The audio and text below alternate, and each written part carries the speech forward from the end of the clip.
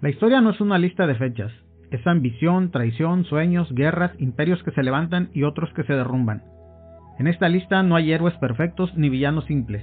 Hay generales que cruzan montañas con elefantes, artistas que viajan entre imperios, dictadores que gobiernan con miedo, revolucionarios que pagan el precio de sus ideales y pueblos enteros atrapados en medio del poder.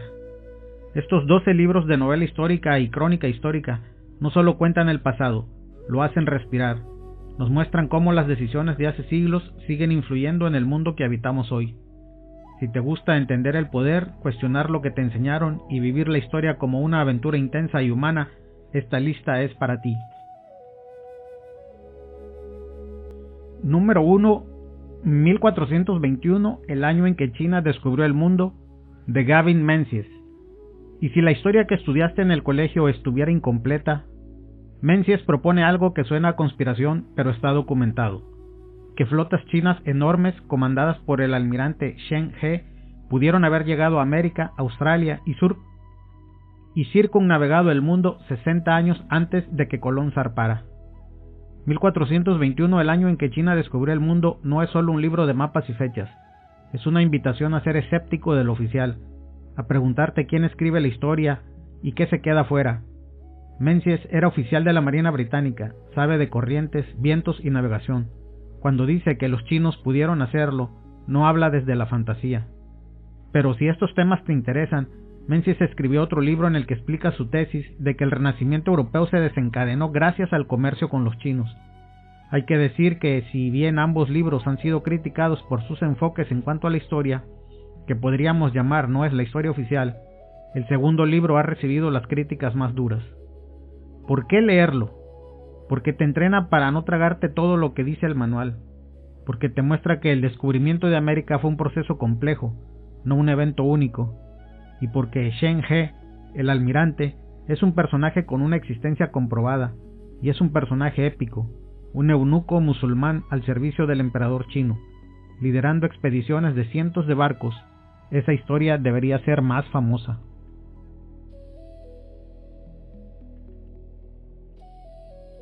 Número 2. Stalingrado, de Anthony Beevor. La guerra no es como en las películas, es peor. Beevor reconstruye la batalla que cambió la Segunda Guerra Mundial, no con héroes de cartelera, sino con soldados congelados, desesperados, traicionados por sus propios comandos. Stalingrado fue una trampa mortal donde el ejército rojo y el ejército alemán se destrozaron en una ciudad que casi dejó de existir. Lo brutal no es la historia descrita, es la banalidad del sufrimiento, el hambre que hace que los soldados coman a sus caballos, luego a los perros, y luego... Beevor no juzga, presenta, y tú, lector, tienes que asumir que esto pasó, que humanos hicieron esto a otros humanos, que el fascismo y el estalinismo se encontraron en un abismo. Este es un libro multipremiado. El libro ganó el primer premio Samuel Johnson, el premio Wolfson de Historia y el premio Hawthornden de Literatura en 1999. ¿Por qué leerlo? Para entender que la historia militar no es estrategia en tableros, es carne, frío, miedo, decisiones imposibles. Y para que cuando alguien hable ligero de guerras necesarias, tengas algo concreto en qué pensar.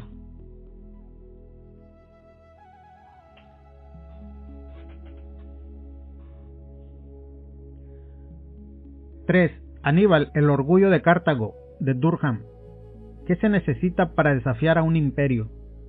Aníbal tenía 26 años cuando cruzó los Alpes con elefantes de guerra para atacar Roma por sorpresa. No tenía apoyo de su propia ciudad, Cartago, que le enviaba cartas de desconfianza. Tenía soldados mercenarios, tierra hostil y enfrente la maquinaria militar más eficiente de la antigüedad. Durham no lo pinta como superhéroe, lo pinta obsesionado con vengar a su padre, con demostrar algo, con una Roma que no entiende por qué este bárbaro africano los humilla una y otra vez. La batalla de Cannas sigue siendo estudiada en academias militares. Aníbal la ganó con geometría, paciencia y comprensión de la psicología humana. ¿Por qué leerlo? Porque a veces parece que todo está decidido, que los grandes ya ganaron.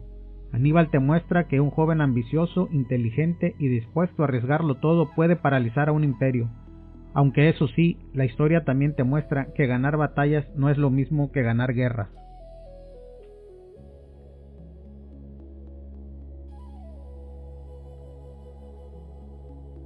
El 4 es La lejanía del tesoro de Paco Ignacio Taibo II. ¿Qué es realmente un tesoro? ¿Oro enterrado o la memoria que casi se pierde? En esta novela Taibo II mezcla aventura, historia y reflexión con su estilo ágil y directo. Es una novela que transcurre durante la intervención francesa en México y el Segundo Imperio Mexicano, abarcando específicamente los acontecimientos ocurridos entre abril de 1862 y mayo de 1867. No es una novela histórica tradicional llena de fechas y batallas descritas con solemnidad. Aquí hay humor, ironía y un tono que el mismo autor reconoce, se copió de la forma de escribir de Guillermo Prieto. El pasado aparece como un territorio vivo, lleno de misterios, traiciones, ideales y luchas que todavía resuenan en el presente. Taibo plantea algo muy poderoso para los lectores jóvenes. La historia no es algo muerto, es algo que se disputa. Lo que recordamos y lo que olvidamos define quiénes somos, ideal para quienes disfrutan aventuras con trasfondo histórico, historias que cuestionan las versiones oficiales y que construyen aventuras sobre pilares reales, novelas donde la memoria, la resistencia y la identidad son el verdadero tesoro. Es un libro que invita a mirar el pasado con curiosidad crítica y a preguntarse qué historias aún quedan por descubrir.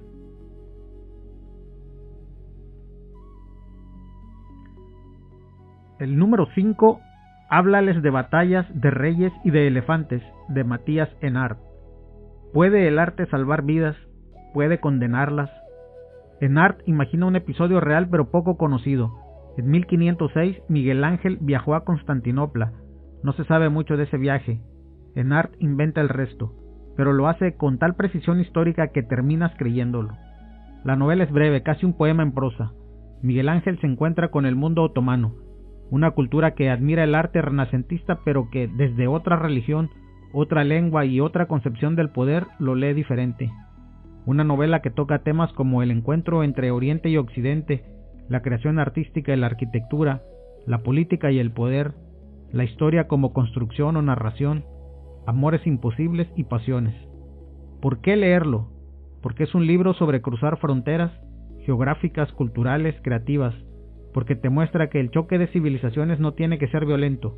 A veces es un diálogo en silencio entre dos formas de entender la belleza.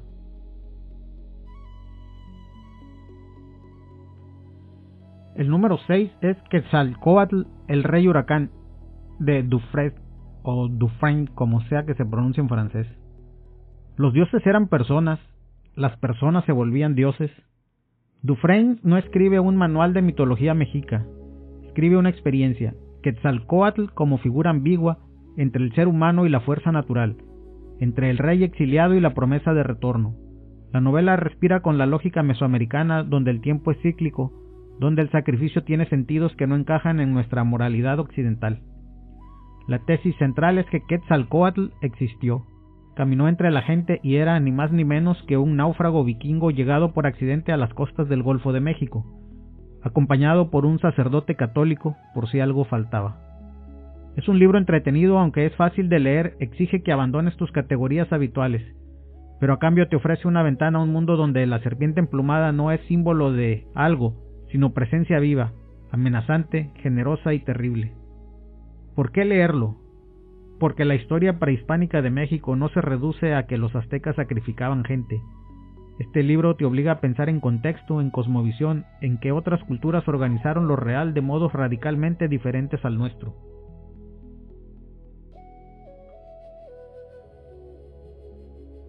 El 7 es Fouché, el genio tenebroso, de Stefan Zweig. ¿Cómo sobrevive un hombre a 3 revoluciones sin creer en ninguna? Joseph Fouché fue policía de Luis XVI, luego trabajó para la Convención, luego fue policía para Napoleón, luego fue policía para los Borbones. Traicionó a todos y sirvió a todos. Sobrevivió a todos. No tenía ideología, tenía información. Inventó la policía política moderna, el archivo sistemático, el chantaje como herramienta de Estado. Zweig, gran biógrafo del alma humana, no condena ni absuelve, se maravilla. Fouché es el antihéroe perfecto, frío, calculador, sin escrúpulos, pero también sin fanatismo. No mataba por convicción, mataba por conveniencia. Eso, de alguna manera, es más inquietante. ¿Por qué leerlo? Porque te enseña a detectar el poder real, el que no aparece en los titulares, porque en tiempos de cambios políticos constantes, entender cómo funcionan los fouché de turno es supervivencia ciudadana.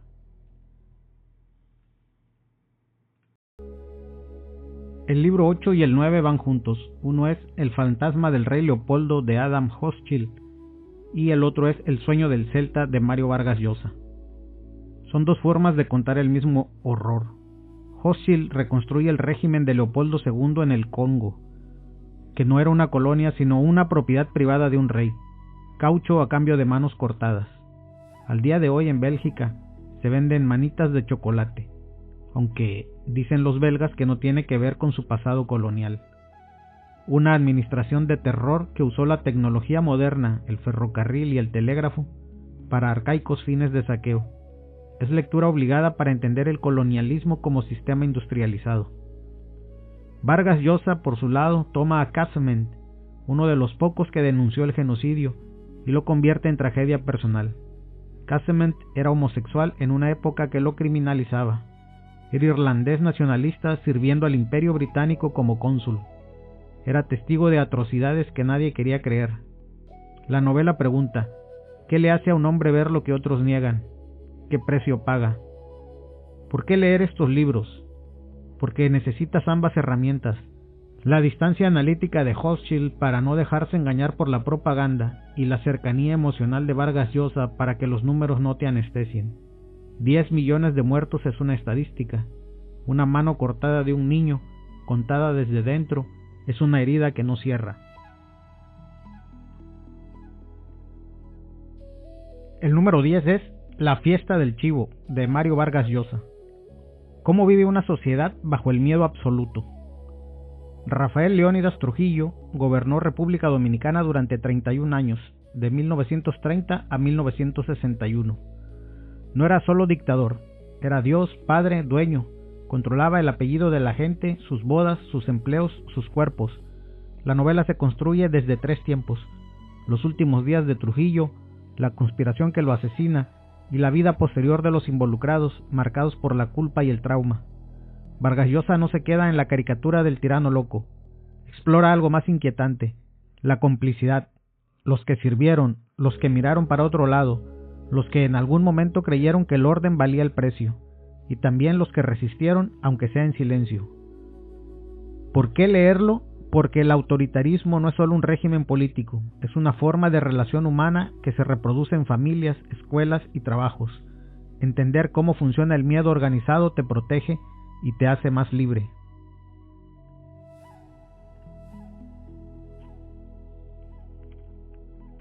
El libro número 11 es Noticias del Imperio, de Fernando del Paso. ¿Puede una novela ser un monumento? Del Paso escribió durante décadas esta obra sobre el Segundo Imperio Mexicano, el intento de Napoleón III de instalar a Maximiliano de Habsburgo como emperador de México, con el apoyo de Francia y la resistencia de los republicanos de Juárez. La historia, contada desde la locura de la emperatriz Carlota, es monumental. 800 páginas de prosa barroca, digresiones, listas, poemas, documentos insertados. No es un libro que se devora, es un libro que se habita. Del Paso no quiere que sigas la trama, quiere que te pierdas en el laberinto de un imperio absurdo, de una aventura colonial condenada desde el inicio, de una mujer que amó a un hombre que no entendió el país donde lo coronaron. ¿Por qué leerlo? Porque a veces la literatura puede ser experiencia extrema, como subir una montaña, porque México es más complejo de lo que parece, y este libro te lo exige reconocer, y porque Carlota, hablando sola en su locura, es una voz femenina poderosa. Libro número 12, Una constelación de fenómenos vitales, de Anthony Marra. ¿Qué queda cuando todo se destruye? Chechenia, guerras sucias, desapariciones, ciudades convertidas en escombros. Marra no cuenta la guerra desde los generales, cuenta desde un pintor que falsifica obras de arte para que los chechenos no vendan las originales a mafiosos, desde una niña que busca a su hermana desaparecida, desde un médico que atiende en un hospital bombardeado. La estructura es de constelación, historias que se tocan sin ser lineales, el tiempo salta, los personajes reaparecen transformados, Lo que parece anecdótico se revela crucial, y en medio del horror hay gestos de cuidado, una comida compartida, un cuadro escondido, una mentira protectora. Y el título viene de una definición de la vida en un viejo libro soviético de medicina. La vida es una constelación de fenómenos vitales. ¿Por qué leerlo? Porque te demuestra que la literatura puede hablar de lo peor sin destruirte, porque encuentra la tenacidad humana donde parecía no quedar nada, y porque desgraciadamente Chechenia sigue siendo noticia y entender su pasado reciente es entender algo de nuestro presente.